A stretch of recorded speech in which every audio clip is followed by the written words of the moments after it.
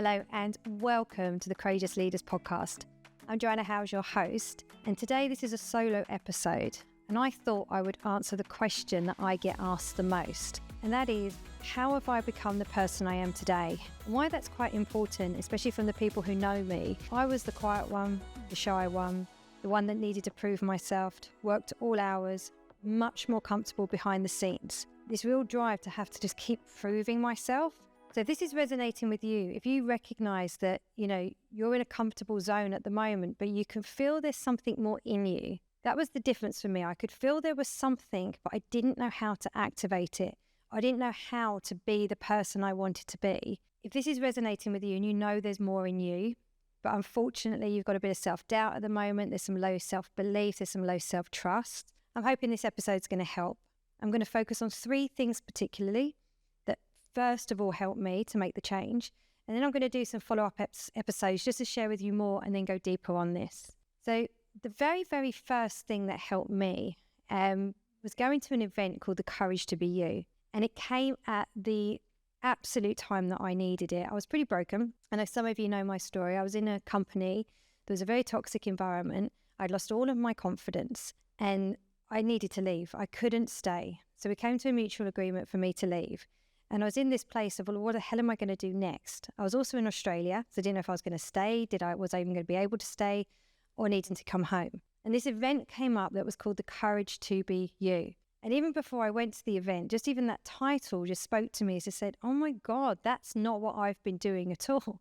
I've been like how many different roles being what I thought I should be, not actually be me. And the question is actually, who was I anyway? I don't think I even knew. I think I got so lost in these corporate masks I was wearing, I didn't actually know who I was. And I think that's why it was also quite easy for me to lose my confidence, because my inner world in here wasn't strong. I was relying on everything outside of me to influence who I thought I was.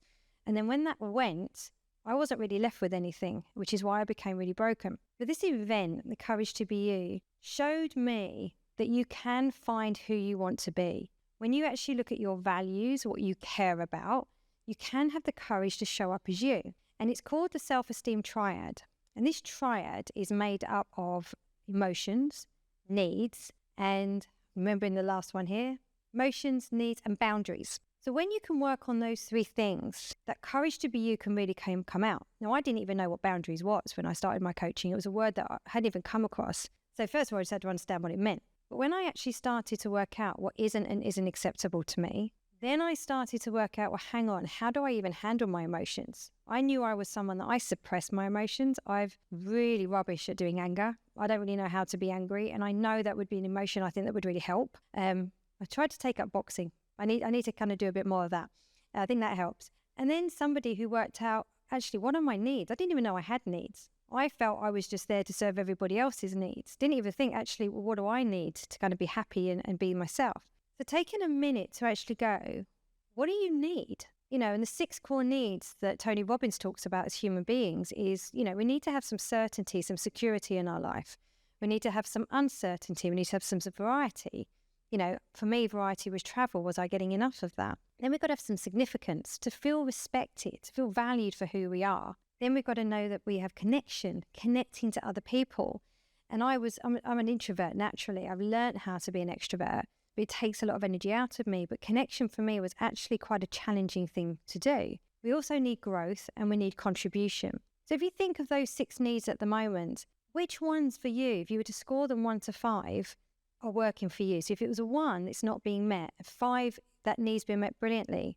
But if you're scoring under a 3, what one thing could change to help some of those needs be met for you? Because immediately that will boost your self-esteem when you can ask for what you need. Learning how to label your emotions, understanding the emotion you're feeling. Like I realized even coming here to do the podcast today, for somewhere I was doom scrolling. I got into a terrible habit on the tube. I hadn't plugged my headphones in. I started doom scrolling. And immediately I could feel I was comparing myself to other people. For some reason, actually, saying I can't do anger, the emotion of anger started to come up. I think it was more frustration, actually, that certain things aren't where I want them to be. And when you start comparing yourself to others, that kind of confuses you. But I caught the emotion really quickly. I was able to label the emotion and then talk myself down and actually self-coach to say, is this thought going to help you? Is this emotion going to help you? express it, but allow it to pass. Learning how to navigate my emotions and detach them from me as well changed everything. And then the last one, boundaries, is, being able to tell people what your boundaries are as well. I've got somebody who knocks on my door when I'm at home and never asks, is this a good time to talk or not?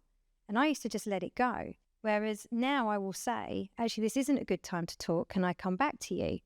So that's me honouring my boundaries. And that boosts my self-esteem to protect what I think is right. And I think it was in the last one, I've got a real thing at the moment of people being on FaceTime without their headphones. Now I will say something. I'm honouring my boundary that noise is invading my space. Whether they agree with me or not, doesn't matter. But I've honoured my boundary to speak up, to say that's something I don't think is acceptable. So boundaries, needs and emotions is what I learned at this event called the Courage to Be You, to be able to really fill your self-esteem up, to be able to show up as who you want to be. Big, big change. So that's one how for you, is to look at those three things. The second one is I wanted to become so curious about, why do I do the things I do?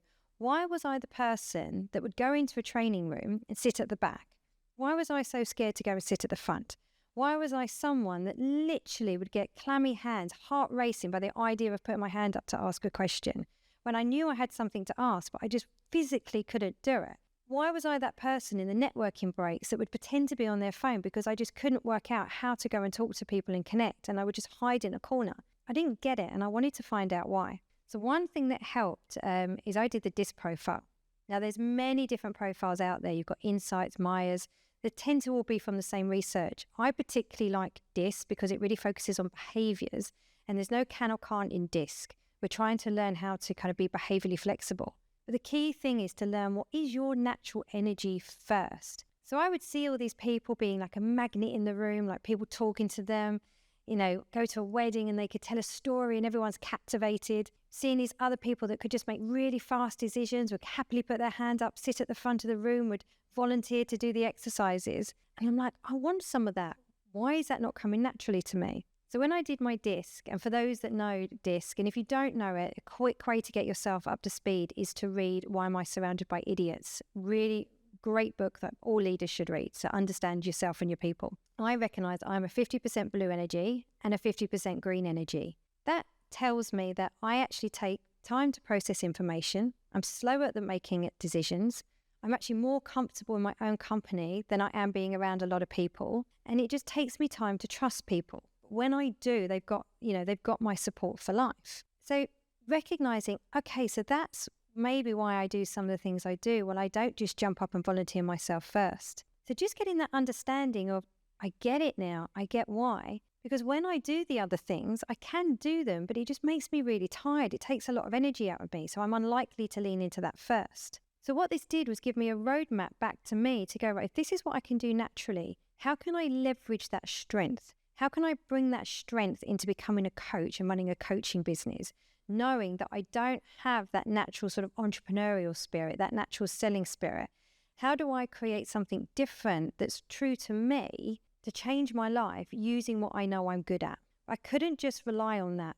I had to learn. It was a need, it was a must to do the red and the yellow energy. I needed to learn how to walk into a room and say hello to someone and connect. I needed to learn to go and sit at the front of the class and learn to make fast decisions. And I've done that. And it's taken practice, it's taken commitment. And I'm going to tell you one way, with the third thing I'll share in a minute, of how this came to life. But the first thing is just to understand yourself, understand why you do what you do, and recognize then, how do I grow those capabilities? How do I manage my energy? Now, a lot of people will just do these profiles, stick them in a drawer and not look at them again. I really brought it to life. I use it daily. So for instance, sitting here recording this with you today, I've also done 2 guests this morning and I'm doing a guest this afternoon. Tomorrow, I've got a quiet day. Tomorrow, I can't go and do a training. I can't go and do back-to-back coaching sessions. It's not possible. I need to manage my energy because this is taking the yellow and red from me. That's not my natural. Doesn't mean I can't do it. Doesn't mean I can't do it well. I'll let you say in the comments if you think or not. But it means I need to rest. And it also meant that I didn't go out last night, so I had the energy to show up today. So this is getting to know yourself, getting the courage to be you, to know what you can and can't do, and what you can, well, it's not about can or can't do, but how you manage your energy to show up when you need to show up. So the third thing that then changed everything for me is I needed to embrace discomfort. I'm with my blue and green energy and being an introvert, I like to have lots of certainty. The minute I'm overwhelmed, I know it's because there's uncertainty and there's an unknown thing going on. So knowing I need lots of certainty, I knew going outside my comfort zone was the only way I was ever going to be a successful coach and run a successful coaching business. So I had to get uncomfortable. And the way I chose to do that was the first thing I did was to raise my standards. So I looked at my mentor, who is a red energy, and I watched, what are her standards? How does she show up? What are her commitments she does for herself? And one of them was to say yes and work out how. Now, this isn't taking on loads of work and then overwhelming yourself and you can't do things. This is saying yes to opportunities that maybe inside you don't feel ready for, or creating lots of uncertainty and discomfort. You're like, just can't do that yet. My standard became say yes and work out how. This has led me to speaking on stages internationally. It's led me to being a best-selling author. And it's led me now to 6 years running a business. I'm not saying it's easy. That's the whole thing. It is uncomfortable. And I remember saying yes to the book and then being told I got 7 days to write my chapter. My heart rate was going. I was all over the place. Like, how the hell am I going to do this? But I went back to my standard. I went back to knowing who I was. I went back to my boundaries, managing my emotions, understanding what I needed to do it, to then be able to show up. Because that became my second standard. The most important one is to show up 100%. Now, I'll be honest with you, I don't get that right all the time. I'm human. Sometimes I haven't managed my energy quite well, or I've had a cheeky extra glass of wine that maybe I shouldn't, and I got influenced, or I'll take responsibility. I was having a good time to do it. So I don't do it perfectly, but this standard of show up 100% gives me a real lens in my life to go, what have I got on today? How do I want to show up? What do I need to do to enable myself to be present and show up as the best version of me? So I can be me, not some mask, not some pretend version. I can just sit in front of this camera and you see me. So that standard of showing up 100% is also about not bringing all my baggage with my clients, because when I'm coaching my clients, it's about them. It's not about me. And that's the same in leadership. So as a leader, what do you need to do to show up 100% for your team? What do you need to do to be present? Because that's a standard you need to be living by. So there are two standards I really have. So think about, what are your standards for you, and your standards as well in your health. I have standards. I have non-negotiable, the workout I do every single morning. I have a celery juice every morning. Grapefruit. I look after my energy through food. What are your standards with your friends and your family? I have to admit, I used to be a pretty terrible friend. I now make sure I call people at the weekend. I don't just message. I've fallen in love with voice note. That has helped an introvert so much. But what are your standards around your friends and family? What are your standards around your teammates and your colleagues and how you look out for them? And what are your standards in terms of the business results you want? And your standards in how the courage to be you. What are the standards you have for the action you're going to take to not settle? Because think about, what is it going to cost you to not be the best version of you? Versus it is, you're going to go through some pain. I always think about it as the butterfly when it goes into the metamorphosis. I think that's the right saying. It is painful for the the caterpillar to then turn into the butterfly. This isn't an easy journey. But if you know and you can feel there's that fire in you, but you're not quite sure how to ignite it, these are the first 3 things I did to really ignite that flame. It's an ongoing daily practice I do. It's not like I just did it and bang, it's nailed. It's continually practicing self-coaching and looking after myself and knowing what I want to be.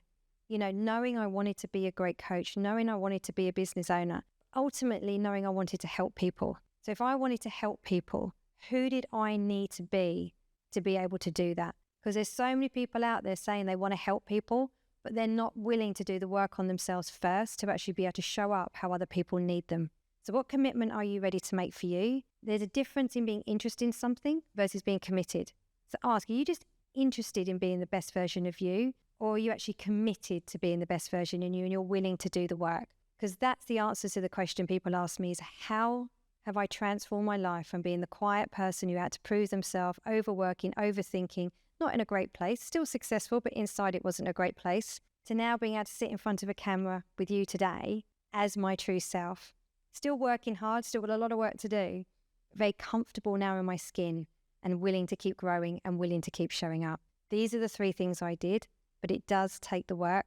I'm really, really happy for anyone listening to this. Please reach out. I'm really happy to talk to you, share more. I've got so many books I've read that's recommended. podcasts I can share to you as well, that other people who do great podcasts I've learned from. You can do this. I've done it. I never thought I could, but you can become the person you want to be. If you've been loving our Courageous Leaders podcast, please can I ask you to subscribe to our YouTube channel. Your support helps keep the quality content coming and reach listeners like you that we can then really, really help. We fund this podcast ourselves, so to have your support means that we can keep delivering week on week. Thank you.